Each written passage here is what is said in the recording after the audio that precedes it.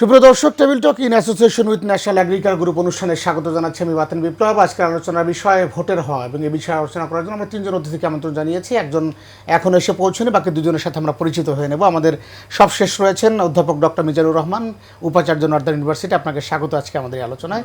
এবং আমাদের মাঝখানে রয়েছেন ডক্টর সৈয়দ আবদুল্লাহ আল মামুন চৌধুরী, আন্তর্জাতিক সম্পর্ক বিভাগ, অধ্যাপক, রাজশাহী বিশ্ববিদ্যালয়। আপনাকে স্বাগত আমাদের আজকের আলোচনায়। এবং ভোটের হার সঙ্গত কারণে আপনারা জানেন যে আর অল্প কিছুদিন, একেবারে নকিং অ্যাট দ্য ডোর। আমরা যদি বলতে চাই যে উৎসব আমরা দীর্ঘদিন দেখিনি, সেই উৎসব এর মধ্যে শুরু হয়েছে ভোটের, এবং অবাধে প্রচার প্রচারণা চলছে। সেই জায়গা থেকে আমি যদি মিজান স্যার আপনার কাছে যেতে চাই যে আসলে 12 তারিখ বলতে আমরা নানা শঙ্কা, নানান বাধা বিপত্তি পেরিয়ে সবশেষ 12ই ফেব্রুয়ারি যে নির্বাচন, যে ঘোষণা দিয়েছিলেন প্রধান উপদেষ্টা, সেটি হতে যাচ্ছে। সেটি নিয়ে প্রাথমিকভাবে আসলে আপনি কি মনে করেন যে আসলেই ভোট হবে নাকি এখনও সংশয় রয়েছে? আমরা এখনো পর্যন্ত যে লক্ষণ দেখছি বিভিন্ন দিক থেকে, সেখানে ইলেকশন না হওয়ার কোনো কারণ আছে বলে আমার মনে হয় না, নাম্বার 1। এবং ইলেকশন বানচাল করার জন্য হয়তো বা কিছু পক্ষ সক্রিয় হতে পারে, কিন্তু আমার ধারণা কোনো ধরনের যে প্ল্যান বা স্ট্র্যাটেজি ইলেকশনকে বাতিল করতে পারবে বলে আমার মনে হয় না। কারণ বাংলাদেশের আপামর জনতা ইলেকশনের পক্ষে।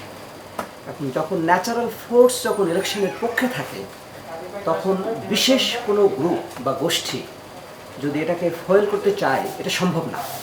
কারণ টোটাল ইলেকশনটাই কিন্তু একটা জাতির একটা দাবি। আর দীর্ঘ 15-16 বছর পর বাংলাদেশের মানুষ তাদের স্বেচ্ছায় নিরপেক্ষভাবে ভোট দিতে পারবে, এটা কিন্তু মানুষের প্রত্যাশা। সেজন্য হয়তোবা একটু বেশি মানুষ আরও বেশি উৎসাহী ভোট দেওয়ার ব্যাপারে।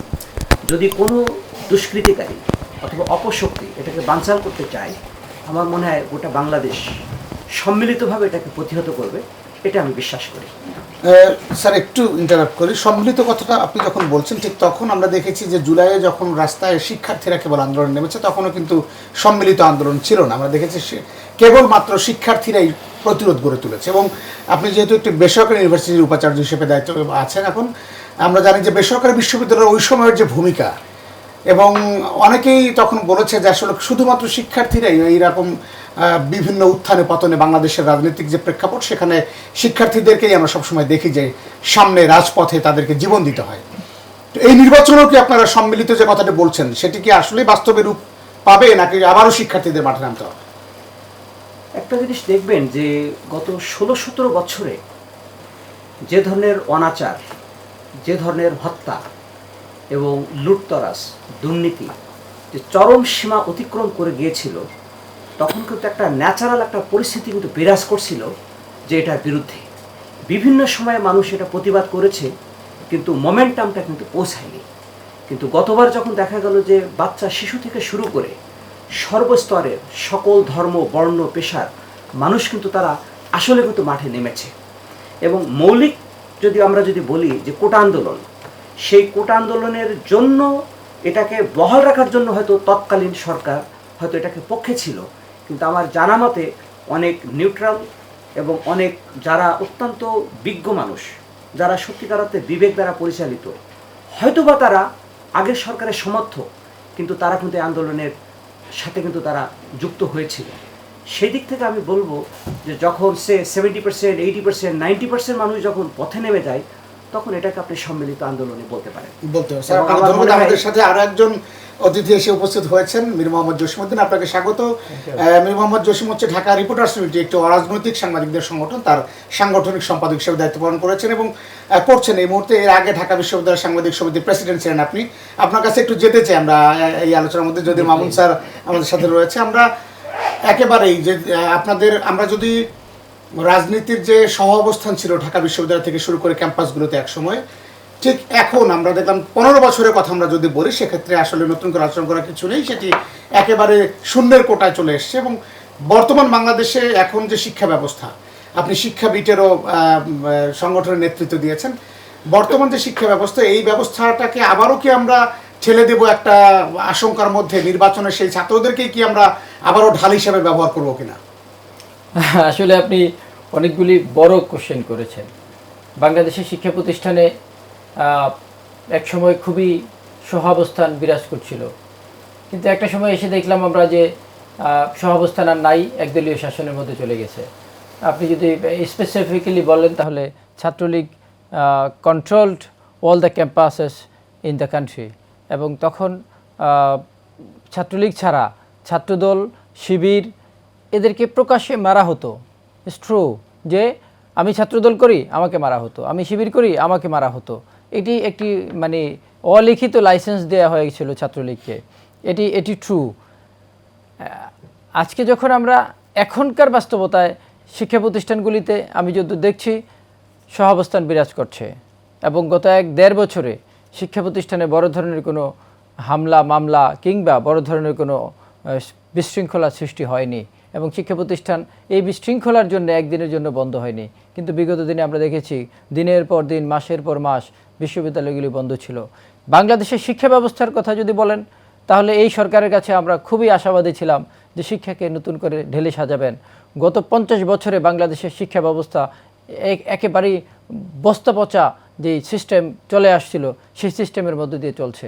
বাংলাদেশের শিক্ষা ব্যবস্থা বলতে এখন আসলে এটা কোনো শিক্ষা ব্যবস্থা নয়, কিন্তু এই সরকার এসে এই সরকারকে আমি বলবো যে 100% ব্যর্থ, এবং এই জায়গাটা কোনো নজর দেয়নি। ওই ব্যর্থতার অনেকগুলো আলোচনা রয়েছে। আমরা একেবারে যদি ভোটের মাঠে আবারও শিক্ষার্থীদেরকে নামানো হবে কিনা সেটি আসলে আশঙ্কা করছি। ভোটের মাঠে শিক্ষার্থীরা কেন নামতে হবে?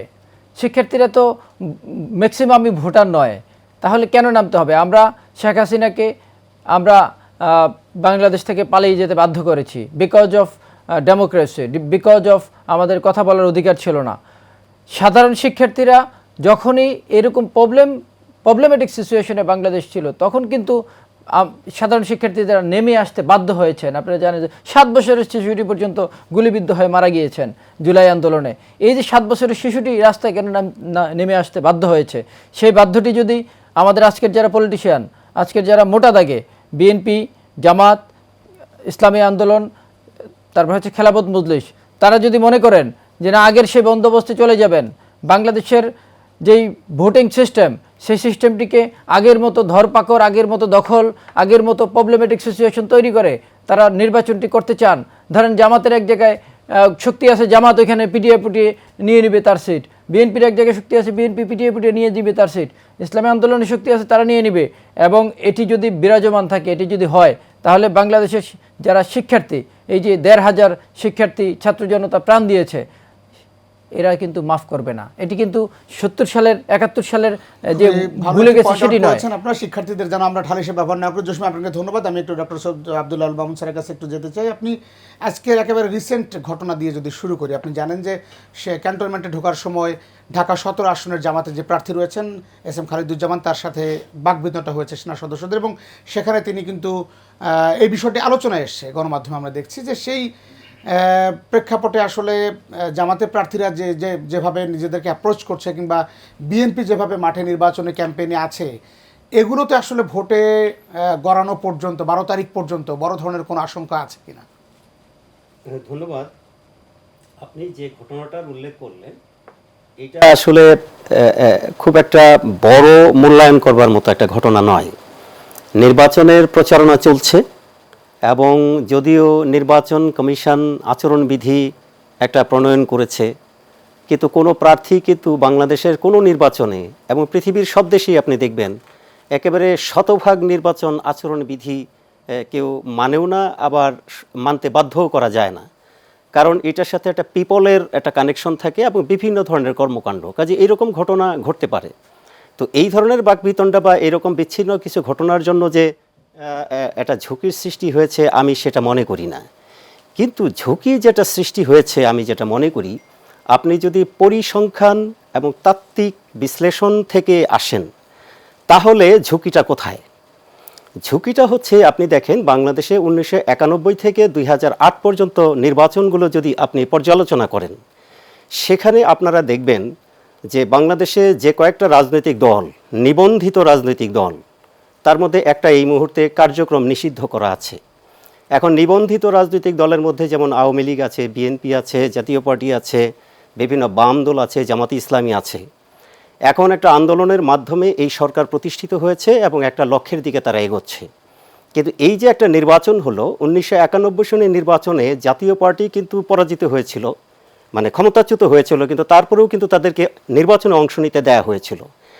এখন আমরা দেখতে পাচ্ছি 1991 থেকে 2008 পর্যন্ত যে ভোটের যে ধারা, তাতে সবচেয়ে বেশি সংখ্যক ভোট কাস্ট হয়েছে আওয়ামী লীগ 38%, আপনি যদি ধরেন 38.8%, 38.8% হয়, বিএনপির 34.6% হয়, জাতীয় পার্টির আপনার 10.6% হয়, জামাতে ইসলামীর 7.41% হয়। তো এখন এই যে নির্বাচনের মধ্যে আমরা আশা করেছিলাম যে বাংলাদেশে দুর্নীতিবাজরা দূর হবে, যারা করাপ্টেড, যারা ক্রিমিনাল, তারা সমাজ থেকে উচ্ছেদ হবে। কিন্তু এই যে আপনি দেখেন প্রায় 4 থেকে 5 কোটি ভোটার আছে যারা আওয়ামী লীগের সমর্থক ছিল, তারা কিন্তু আওয়ামী লীগের এই করাপ্টেড লোকদেরকেও সমর্থন করেনি জন্যই কিন্তু সরকারটা টিকে থাকতে পারলো না। কিন্তু এই যে 4 থেকে 5 কোটি ভোটার, তারা কোথায় ভোট দিবে? তাদের তো এক ধরনের মানে ফিলোসফি আছে, তাহলে নিশ্চয়ই তারা ভোট দিতে যাবে না বা একটা হতাশায় থাকবে। তো এই যে বিপুল জনগোষ্ঠীর মধ্যে এক ধরনের হতাশা আছে কিনা, সেটা কিন্তু একটা ঝুঁকির কারণ। সেই যে বিপুল জনগোষ্ঠী 4 থেকে 5 কোটি, যারা বিগত ক্ষমতাচ্যুত সরকারের দলটাকে সমর্থন করত, কিন্তু এখন দলের কার্যক্রম নাই, তারা কি করবে? তারা তো সবাই তো আর ক্রিমিনাল না, সবাই তো অপরাধী না, তো তারা কোথায় যাবে? তো এদেরকে যদি কোনো একটা গোষ্ঠী হঠাৎ ম্যানিপুলেট করে ফেলতে পারে, হয়তোবা পারবে না, বর্তমান সরকারে যেমন সেনাবাহিনী মাঠে আছে, বিভিন্ন রকম ব্যবস্থা নেওয়া হয়েছে, সেটা হয়তো পারবে না। কিন্তু আপনি যদি বলেন ঝুঁকি, তাহলে ঝুঁকিটা সেই জায়গায় যে একটা ইনক্লুসিভ নির্বাচনটা হয়নি। কিন্তু আপনি দেখেন যে সেকেন্ড ওয়ার্ল্ড ওয়ারের পর এই যে আপনার ফার্স্ট ওয়ার্ল্ড ওয়ারের পর জার্মানিকে যেভাবে একটা ভার্সাই সন্ধির মাধ্যমে বেঁধে ফেলা হলো, ওই ভার্সাই সন্ধির ত্রুটির কারণেই কিন্তু আবার সেকেন্ড ওয়ার্ল্ড ওয়ার হলো। কারণ হলো পরাজিত শক্তিকেও আপনার স্পেস দিতে হবে, কারণ এই পরাজিত শক্তি তো বেঁচে থাকবে, তাকে কিন্তু একটা স্পেস দিতে হবে। এটাকেই বলে ইনক্লুসিভনেস, যে পরাজিত শক্তির মধ্যে যারা ক্রিমিনাল তাদেরকে আমরা শাস্তির আওতায় আনবো, কিন্তু তাদের মধ্যে যারা নিরীহ সমর্থক আছে তাদেরকে কিন্তু স্পেস দিতে হবে। এখন আপনি যদি বলেন যে ঝুঁকিটা কোথায়, আন্দোলন 5 আগস্ট পরবর্তী বাংলাদেশ সেখানে যদি স্পেস না পায়, তাহলে তো সেই বাংলাদেশ কাঙ্ক্ষিত বাংলাদেশ। বিগত সরকারে যারা ছিল তারাও এই 17 বছর ক্ষমতায় থাকার পরেও তারা এইভাবে উচ্ছেদ হলো, কারণ কি? তারাও তাদের বিরোধী দলকে একই রকম স্পেস দেয়নি। এই যে স্পেস না দেওয়ার যে প্রবণতা বাংলাদেশের রাজনীতিতে, যখন যারা ক্ষমতায় থাকে তখন তারা অন্যদেরকে স্পেস দেয় না। কিন্তু স্যার, নির্বাচন কেন্দ্র করে আমরা যেটি দেখছি, বিএনপিও অনেক জায়গায় তাদের বিরুদ্ধে অভিযোগ আসছে যে আওয়ামী লীগের নেতাকর্মীদেরকে তারা প্রকাশ্যে আহ্বান জানাচ্ছে। জামাত অনেক জায়গায় আমরা দেখছি যে তাদেরকে বিভিন্নভাবে তাদের দলে ফেরানোর যে চেষ্টা করছে। এটি আসলে হিতে বিপরীত হবে না? এটা হিতে বিপরীত না, এটা নির্বাচনী কৌশলের একটা অংশ। কারণ হলো আমি তো জনগণের কাছে যাচ্ছি ভোট চাওয়ার জন্য, কাজে আমি যখন একটা রাজনৈতিক দল, আমার প্রার্থী আছে, আমি তো অবশ্যই ভোটারদেরকে আকৃষ্ট করার চেষ্টা করব। আমি যখন ভোটারের কাছে যাব তখন আমি এইটা বিবেচনা করব না সে বিএনপির ভোটার নাকি জাতীয় পার্টির ভোটার না আওয়ামী লীগের ভোটার। আমার কাছে সব ভোটারই ভোটার। এখন আমি হলো তাদের কাছে মানে হাত পেতেছি, এখন আমি ভিক্ষুক, আমাকে যে দান করবে তার দানটাই নিব। এর ক্ষেত্রে কোনো সমস্যা নেই। স্যারের কাছে আরেকবার যেতে চাই যে আসলে ভোটের হাওয়া আসলে এখন ঠিক কোন দিকে বইছে? ইলেকশন হচ্ছে, এটুকু ক্লিয়ার, কিন্তু এবারকার ইলেকশনের প্রেডিকশন করা ভেরি ডিফিকাল্ট। তার কারণ হচ্ছে গত যে 16 বছর যে ইলেকশন হয়নি, আমাদের কাছে যে তথ্য আছে সেটা কিন্তু 16 বছর আগের, ব্যাকডেটেড। মামুন ভাই যেটা বললেন যে একটা ইনক্লুসিভ, আমি ওনার সাথে বিনয়ের সাথে একটু দ্বিমত পোষণ করি। গত 16 বছরে কিন্তু কোনো ইনক্লুসিভ নির্বাচন হয়নি। কাগজে কলমে ইলেকশন হয়েছে, কিন্তু ইলেকশনের নামে এক ধরনের ফার্সিক্যাল গেম প্লে করা হয়েছে। সেখানে দেখানো হয়েছে যে এখানে সমস্ত পার্টি অংশগ্রহণ করেছে, কিন্তু আপনারা তো জানেন যে অনেক ক্ষেত্রে দেখা গিয়েছে যে 100%-এর জায়গায় 110%, 15% ভোট হয়েছে। এবং স্ট্যাটিস্টিক যদি আর আগেরগুলো যদি আমরা দেখে থাকি, তাহলে দেখবেন যে বিএনপি বা আওয়ামী লীগ, ওই সময়কার কথা বলছি, মোটামুটি হয়তো 3-4% ভোটের ব্যবধান ছিল। কিন্তু সেইখান থেকে কোনো কারণে বিএনপির আসন সংখ্যা কি এমন কি হতে পারে 5-7টায় নেমে যেতে পারে? এটা কোনো অবস্থাতেই না।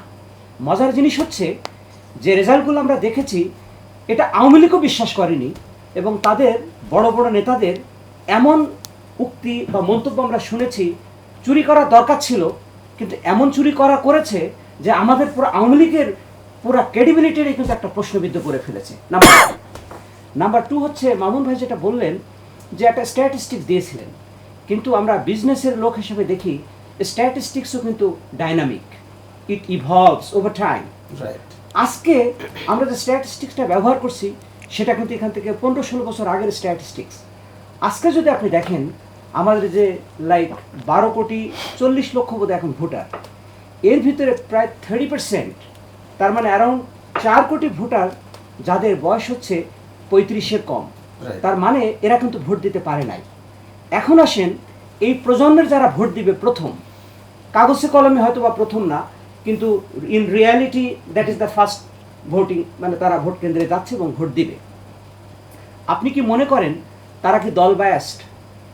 আপনি যদি ফিল করেন, কারণ মুক্তিযুদ্ধ আমাদের অস্তিত্ব, এটা কিন্তু আমাদের অস্তিত্বের সাথে মিশে আছে, এটা আমাদের গর্ব, এটা আছে বলেই কিন্তু আমরা টিকে আছি।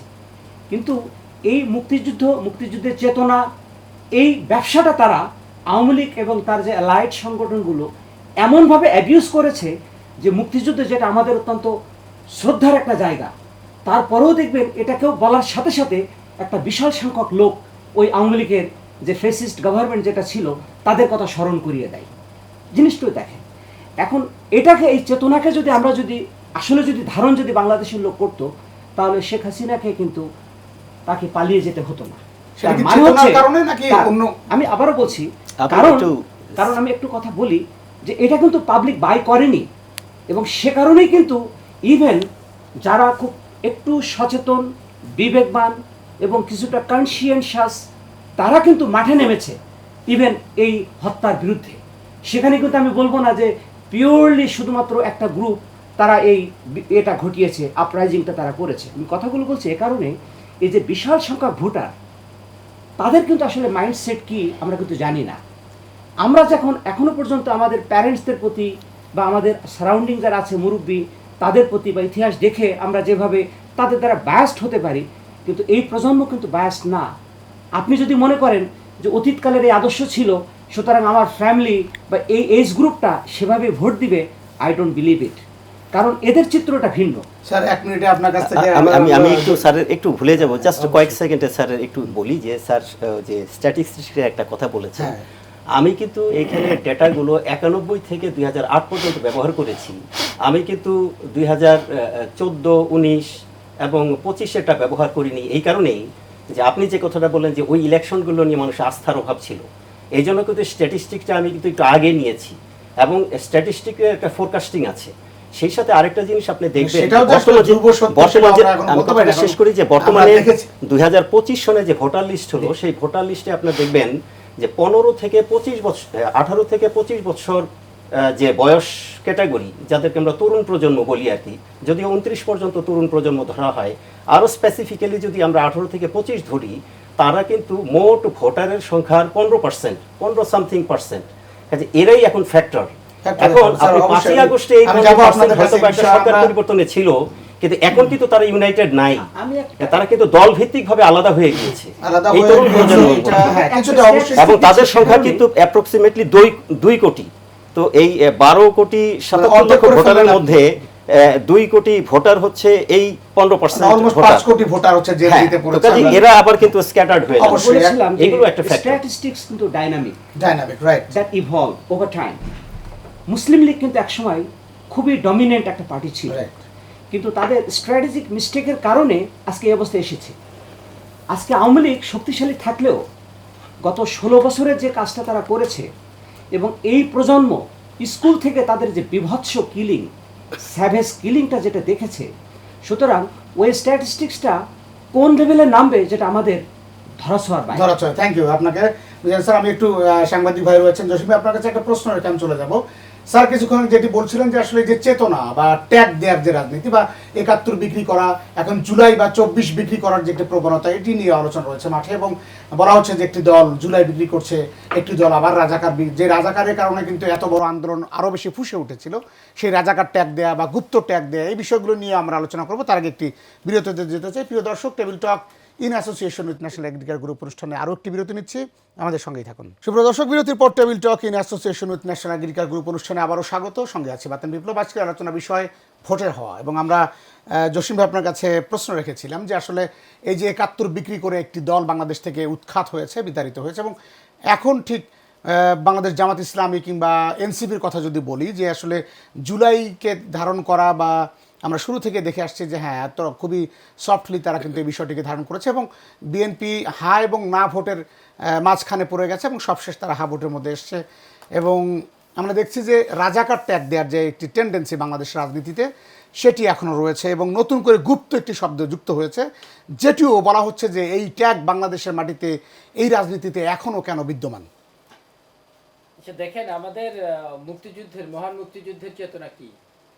এটি সাম্য, মানবিক মর্যাদা, বৈষম্যহীন বাংলাদেশ এবং একটি চমৎকার বাংলাদেশ গড়ে তুলবেন। গত 50-54 বছরে আমাদের বাংলাদেশের লিডারশিপ এটি করতে ব্যর্থ হয়েছেন এবং এই যে মুক্তিযুদ্ধের যে একটি চেতনা, এই চেতনাটি তো কোনো দলের নয়, এটি আমরা সবাই ধারণ করব এবং এটিকে নিয়ে চলবো, এটিকে আমরা ইমপ্লিমেন্ট করব। বাট এটিকে মানে একটা দল কুক্ষিগত করা এবং এটি আমারই আর কারো নয়, নো, এটি 18 কোটি মানুষের এবং সেটির কারণেই আজকে বঙ্গবন্ধু কেন অপদস্থ হচ্ছে, আজকে অন্যান্য গুজরা কেন অপদস্থ হচ্ছে, for Awami League, for Sheikh Hasina, because এটিকে নষ্ট করেছে, মিসইউজ করেছে, এই চেতনাটিকে প্রবলেম করেছে। মুক্তিযুদ্ধের চেতনা আছে, ছিল, থাকবে, এটিকে আমাদেরকে ধারণ করতেই হবে এবং এই আলোকে আমাদের বাংলাদেশ গড়ে তুলতে হবে। এটি জাতীয় চেতনা এবং এই জন্যে 30 লক্ষ শহীদ। আপনি বলবেন 3 লক্ষ, ওকে মেনে নিলাম ভাই, 3 লক্ষ মানুষ কম কি? সেই বিতর্কে আসলে ওটা অনেক এক্স্যাক্টলি। ফলে এই এত সংখ্যক মানুষের প্রাণের বিনিময়ে আমার এই স্বাধীনতা অর্জন হলো এবং আমরা তাদেরকে ভুলে গেলাম, তাদের রক্তের সাথে বেইমানি করে আমরা তাদের চেতনাটিকে বাস্তবায়ন 54 বছরে করি নাই। জুলাই 1500 লোক মারা গেছে। এটি কেউ কেউ তো বিক্রি করেছেন, কেউ কেউ বিক্রি করবার চেষ্টা করেছেন। জুলাই কারো ব্যক্তিগত সম্পত্তি নয়, একেবারে ছোট বাচ্চা, 7 বছরের বাচ্চা থেকে শুরু করে 60, 65, 70, 80 বছরের বৃদ্ধ পর্যন্ত রাস্তায় নেমে এসেছেন। হয়তো কেউ কেউ লিড দিয়েছেন, কেউ কেউ এখানে ইনফ্লুয়েন্স তৈরি করেছেন, কিন্তু এই আন্দোলনটিও সারা বাংলাদেশের মানুষের, এই 18 কোটি মানুষের। ফলে এটি কেন হয়েছে? এটি হয়েছে এদেশে বৈষম্য তৈরি হয়েছে, এটি হয়েছে আইনের শাসন ছিল না, এটি হয়েছে পুলিশি রাষ্ট্র তৈরি হয়েছে, এটি হয়েছে যে এই রাষ্ট্রে কোনো কেউ সেফ ছিল না, হাজার হাজার কোটি টাকা মানি লন্ডারিং হচ্ছে। আজকে বাংলাদেশের পরিস্থিতি এই কারণে কেন? আপনি যদি 1 কোটি 2 কোটি প্রবাসীর কথা বলেন, প্রবাসীরা যখন বিদেশে যায় চমৎকার সিস্টেম দেখে, তখন বাংলাদেশের লাথি মারতে তাদের ইচ্ছা করে, তখন বাংলাদেশের গালি দেয় তারা। দেখেন, কথা বলে দেখেন, এই সিস্টেমকে গালি দেয়, তখন তারা এই বাংলাদেশকে ভুলে যায়, বাংলাদেশের প্রতি তাদের ভালোবাসা কমে যায়। এই সিস্টেমটি যদি ডেভেলপ করা না যায়, কেমনি ডেভেলপ করবেন? আপনার সে ভোটের মাধ্যমেই করতে হবে। ভোট কেমন হবে? আগামী 12 তারিখে বাংলাদেশে যেই পার্টি ভোটে অবস্থান করছেন, বিএনপি, জামাত, জাতীয় পার্টি থেকে শুরু করে, জাতীয় পার্টি তো কেউ কেউ গেছেন, এনসিপি, আপনার যারাই আছেন, যদি সুষ্ঠু ভোট না হয়, যদি আপনারা কনসেনসাসের মাধ্যমে যে না আমরা 1500 মানুষ আমাদের এই ভোটাধিকারের জন্য জীবন দিয়েছে, যদি সত্যিকার অর্থে এই 1500 মানুষের রক্তের সাথে বেইমানি করতে না চান, তাহলে ভোট কেন্দ্রে পরিবেশ নষ্ট করবেন না। যদি না চান তাহলে ভোটের মাঠ নষ্ট করবেন না। আমার কাছে যে স্ট্র্যাটেজিক্স, আজ পর্যন্ত 5 জন মারা গিয়েছে। ভোটের স্ট্র্যাটেজি আপনাকে বলি, 2001 সালে ভোটে 25 জন মারা গিয়েছে ভোটের সময়, 2008 সালে 7 জন, 2014 সালে 115 জন, 2018 সালে 16 জন, 2024 সালে 2 জন। যদিও একজনও মারা যাওয়ার কোনো কথা ছিল না, কারণ কোনো দলই অংশগ্রহণ করে নাই, এটি কোনো নির্বাচন ছিল না, কিন্তু আজকে পর্যন্ত 5 জন মারা গিয়েছে। আমরা আশা করেছিলাম আগামী নির্বাচনে, যে নির্বাচনটি হবে, একজন লোকও মারা যাবে না, কেউ হতাহত হবে না। আনফর্চুনেটলি এখন পর্যন্ত 5 জন। আই ডোন্ট নো 12 তারিখ পর্যন্ত কয়জন মারা যাবে। এই যে মারা কেন যাচ্ছে? আমার পলিটিক্যাল পার্টির মধ্যে কনফ্লিক্টের কারণে। তার মানে কি দাঁড়ালো? সবাই পাওয়ার চাচ্ছে।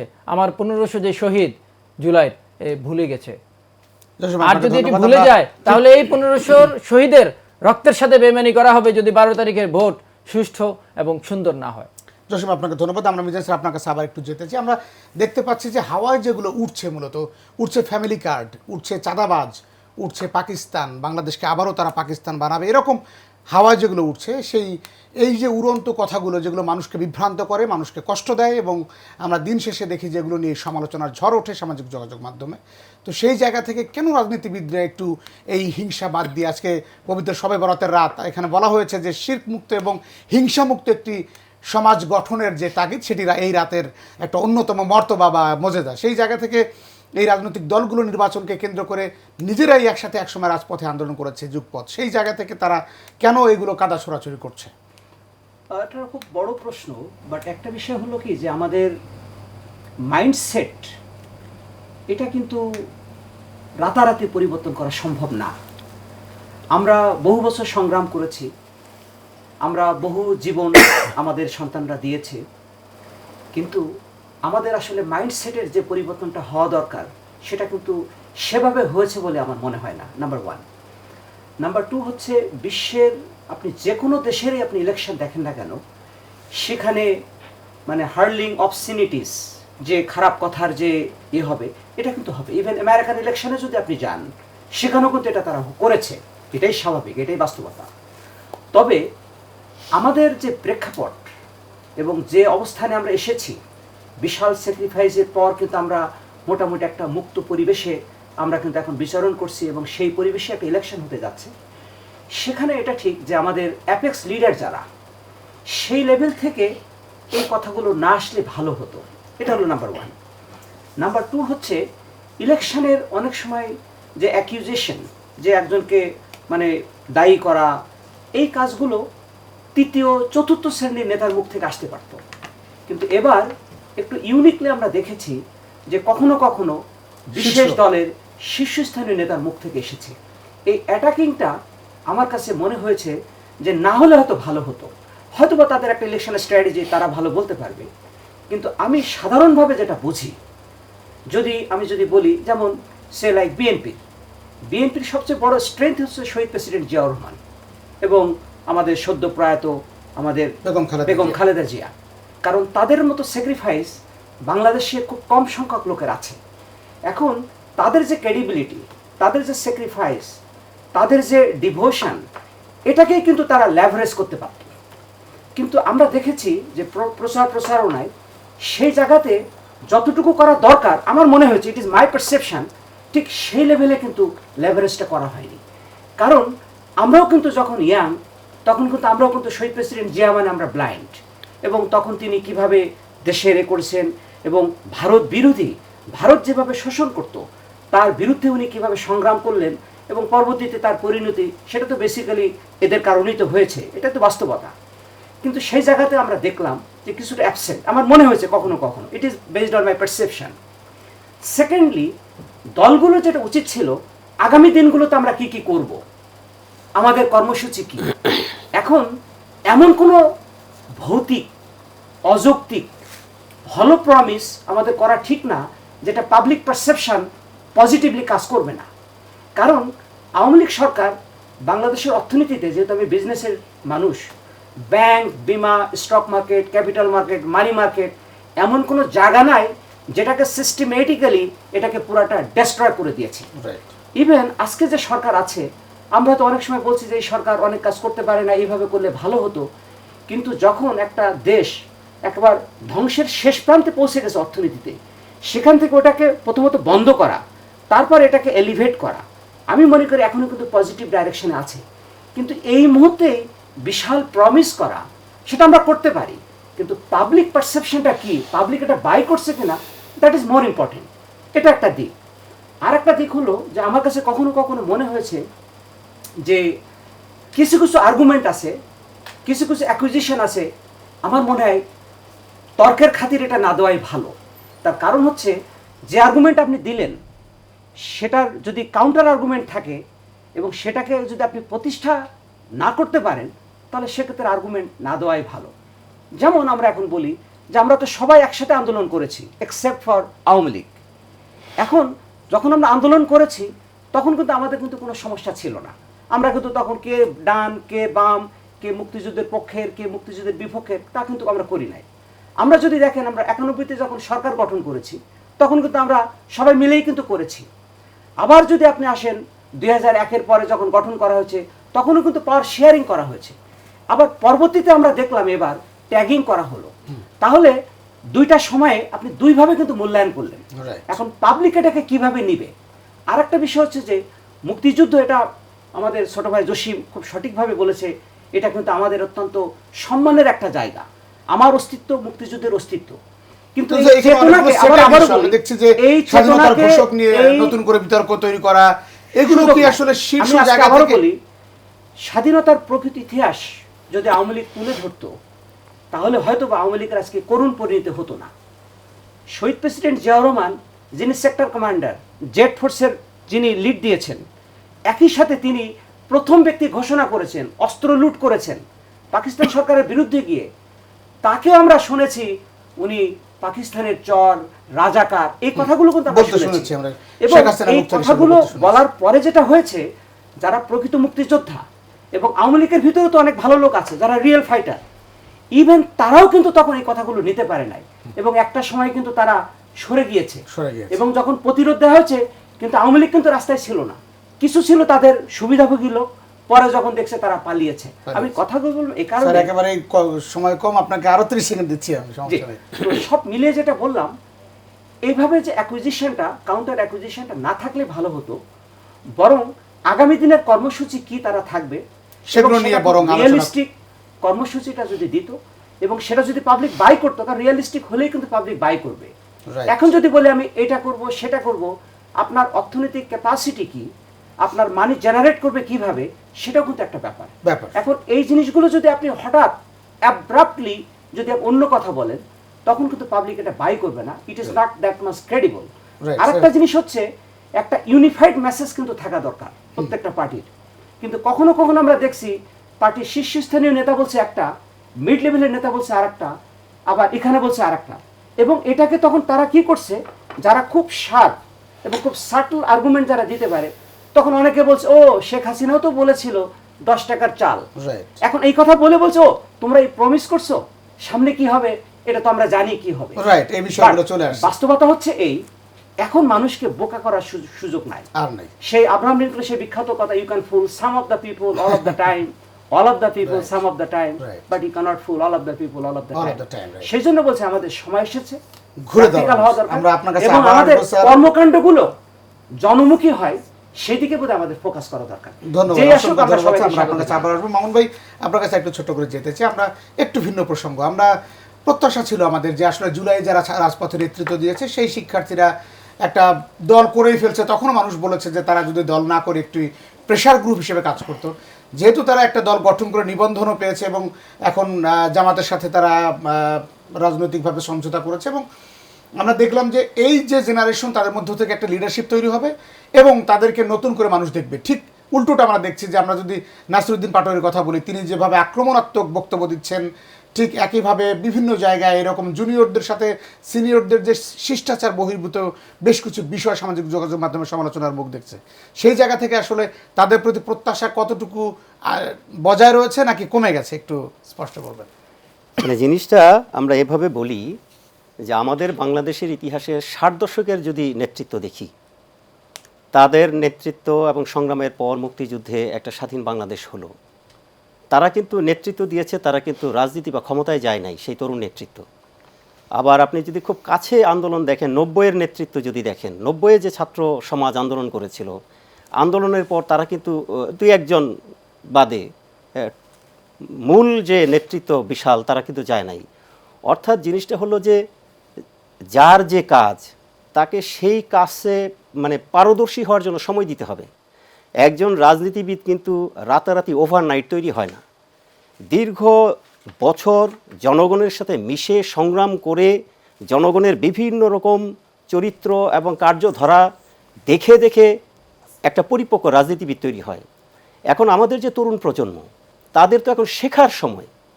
তারা শিখবে, দক্ষ হবে, তারপর জাতিকে দিবে। এখন তাদের পরিপূর্ণ শিক্ষার আগেই তারা দায়িত্বে চলে এসছে। তো এটার কারণে তো একটু সমস্যা হবেই।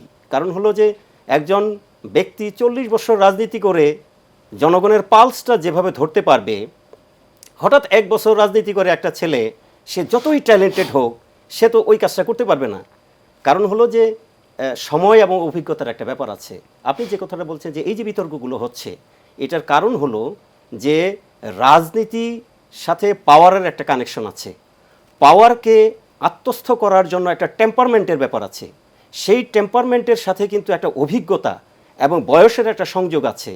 এই জিনিসগুলো কিন্তু আমাদের তরুণ প্রজন্মের মধ্যে নাই। আমাদের তরুণ প্রজন্ম যারা নেতৃত্বে আসতে চাচ্ছে, তাদের যেটা আছে, তাদের একটা ভিশন আছে, তাদের একটা মিশন আছে, তাদের একটা ফিলোসফির উপর ভিত্তি করে তাদের এনার্জি আছে। কিন্তু এই কাজগুলো করার জন্য সুন্দর করে অর্গানাইজ কিভাবে করব, এটা করার জন্য কিন্তু তাদের দীর্ঘদিন প্র্যাকটিস করতে হবে। তাহলে আমরা তো মনে করেন যে কাউকে যে কোনো চাকরি দিয়ে দিতে পারি। তাইলে মাস্টার্স পর্যন্ত পড়াশোনা করতে হয় কেন? অনার্স পর্যন্ত পড়াশোনা করতে হয় কেন? তারপরে আবার ইন্টার্নি করতে হয় কেন? তারপরেও আবার বিভিন্ন জবের মধ্যে মাঝে মাঝে প্রশিক্ষণ দিতে হয়। আপনি বিসিএসসি দেখেন, চাকরিতে ঢোকার পর আপনাদের রয়েছে, আমরা আপনারা সেই জন্য বলছি রাজনীতিও কিন্তু একটা প্রশিক্ষণের ব্যাপার আছে। রয়েছে, আপনার রয়েছে, আমাদেরও দায় রয়েছে, তার মধ্যে আমরা এই বিষয়ে আলোচনা করব। বাতেন ভাই, আমি স্যারের সাথে একটু ডিফার করতে চাই। বিনয়ের সাথে, এটা যে আমরা বাংলাদেশের ইয়াং জেনারেশনকে বয়সের ফ্রেমে, অভিজ্ঞতার ফ্রেমে বেঁধে দেই। কিন্তু আপনি যদি ইতিহাস দেখেন, জিয়াউর রহমান স্বাধীনতা ঘোষণা দিয়েছেন at the age of 33, Hitler chancellor হয়েছেন at the age of 33, Sheikh Mujibur Rahman উনি বাংলাদেশ আওয়ামী লীগের সাধারণ সম্পাদক হয়েছেন এট দ্য এজ অফ 35। চে গুয়েভারা 35 বছর বয়সে বিপ্লব করে এখনো বিশ্বে আমরা দেখছি যে এই 30 আপনি যদি এবং 40 এর মধ্যে আসেন, সুকান্ত প্রভাবশালী রাষ্ট্রপ্রধান রয়েছে, 21 বছর বয়সে মারা গিয়েছে। আলোচনায় আসবো, 21 বছর বয়সে সুকান্ত গেছে, সেইগুলো আমাদের অনুপ্রেরণা। আমরা এই বিষয়ে আলোচনা আসবো। প্রিয় দর্শক, table talking association with national agriculture group অনুষ্ঠান আরও একটি বিরতিতে যাচ্ছে, আমাদের সঙ্গেই থাকুন। সুপ্রিয় দর্শক, বিরতির পর table talk in association with national agriculture group অনুষ্ঠানে আবারও স্বাগত। আজকে আলোচনা বিষয় ভোটের হাওয়া, এবং আমরা আলোচনা ছিলাম মীর মোহাম্মদ জসিমউদ্দিন আপনার সাথে। আপনি বলছিলেন যে আসলে বাংলাদেশ শুধু নয়, বিশ্ব প্রেক্ষাপটে যে আমরা চিন্তা করি যে ইয়াংদের নেতৃত্ব দেওয়ার একটা উদাহরণ রয়েছে, বিভিন্ন সময় আমরা দেখেছি। এবং বর্তমান বিশ্ব আমরা যদি কিম জং উনের কথা বলি, মানে একেবারে ইয়াংগেস্ট একজন রাষ্ট্রপ্রধান, তার যে প্রভাব সারা বিশ্বব্যাপী সেটিও কিন্তু কম নয়। শুধু বাংলাদেশের প্রেক্ষাপটে আমরা যেটি চেয়েছিলাম, যেখান থেকে লিডারশিপ বের হবে, যেটি মামুন স্যার বলেছেন যে আসলে সেখানে কিছু টেম্পারমেন্টের একটি বিষয়, মানে টেম্পার ধরে রাখা, নিজেদেরকে অর্গানাইজ করা, এই জায়গায় তাদের অনেকটা ইম্যাচুরিটি দেখা গেছে বলে আপনার মনে হয় কিনা? ডেফিনেটলি আমাদের এনসিপির কথাই তো বলছেন।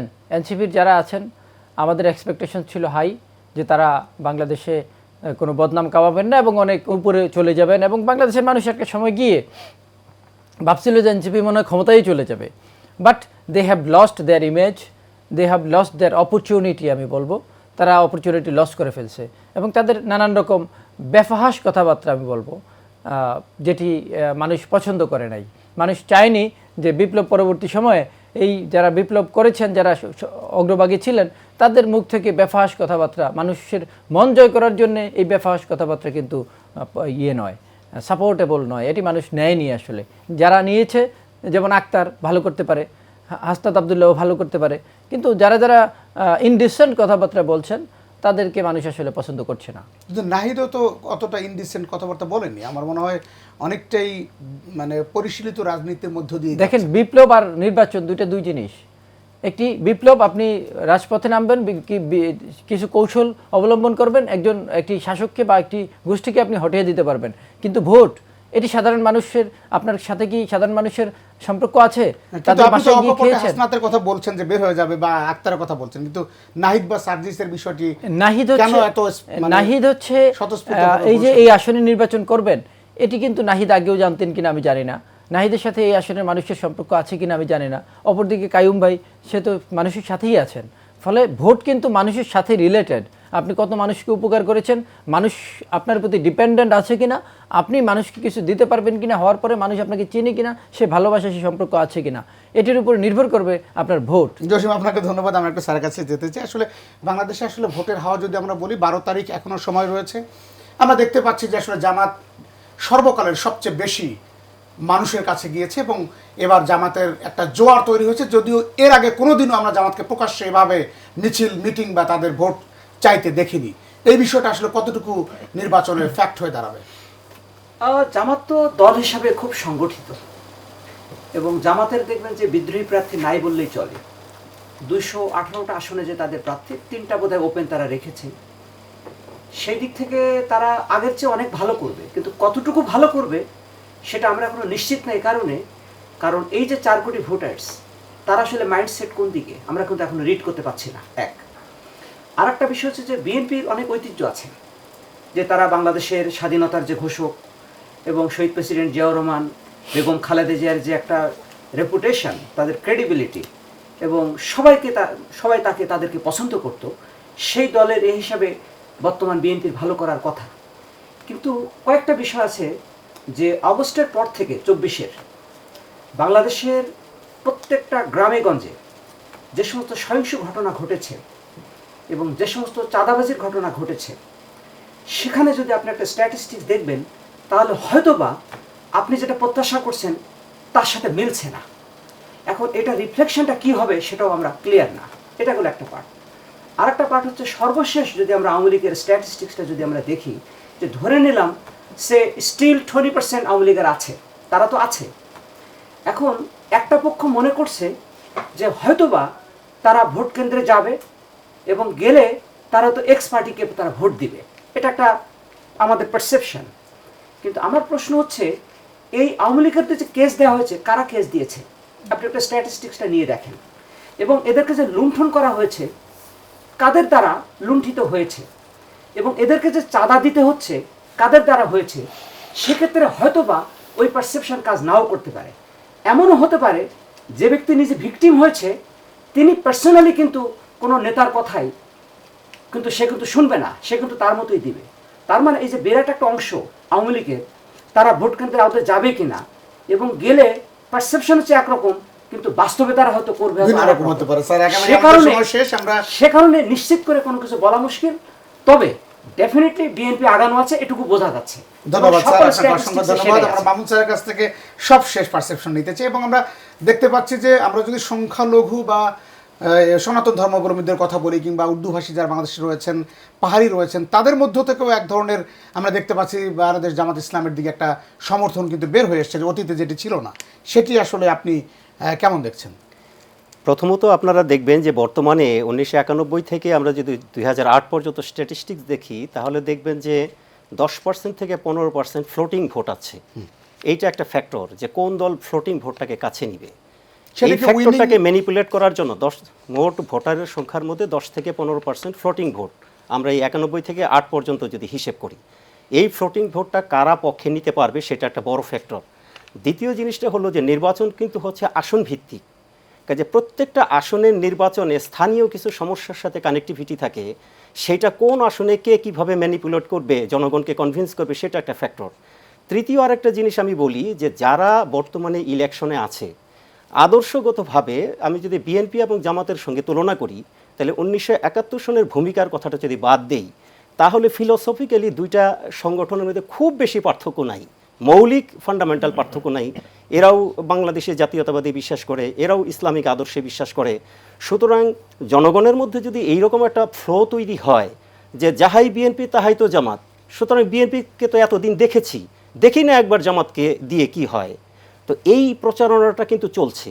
ওভারঅল জামাতের চাইতে জামাতের গড় ভোটার হলো 7%-এর বেশি না, কিন্তু যেহেতু একটা একটা আন্দোলনের মাধ্যমে সরকার পরিবর্তন হয়েছে এবং নতুন কিছু দেখতে চায় মানুষ, এবং তরুণ প্রজন্মও মনে করে যে ওইভাবে নতুন কিছু দেখতে চায়, এইটাকে যদি মানে আগামী কয়েকদিনের মধ্যে যদি ম্যানিপুলেট করা সম্ভব হয়, তাহলে হয়তো বিএনপির জন্য ঝুঁকি হয়ে যেতে পারে। না স্যার, এখানে নতুন কিন্তু তারেক রহমানও কিন্তু এই জায়গায় একেবারেই নতুন।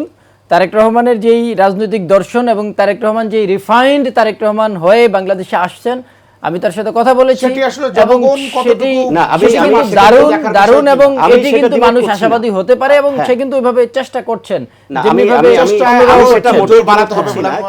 মনে করি যে আমি ফ্যাক্টরগুলো বলছি, এটি আপনি পারফেক্ট বলেছেন। এবং স্যার আপনাদেরকে অসংখ্য ধন্যবাদ। জসিম ভাই ধন্যবাদ, মামুন স্যার আপনাকে ধন্যবাদ। প্রিয় দর্শক যারা এতক্ষণ আমাদের সঙ্গে ছিলেন, সবাইকে ধন্যবাদ জানিয়ে table talk in association with national agriculture group অনুষ্ঠান আজকের মতো শেষ করছি। আল্লাহ হাফেজ।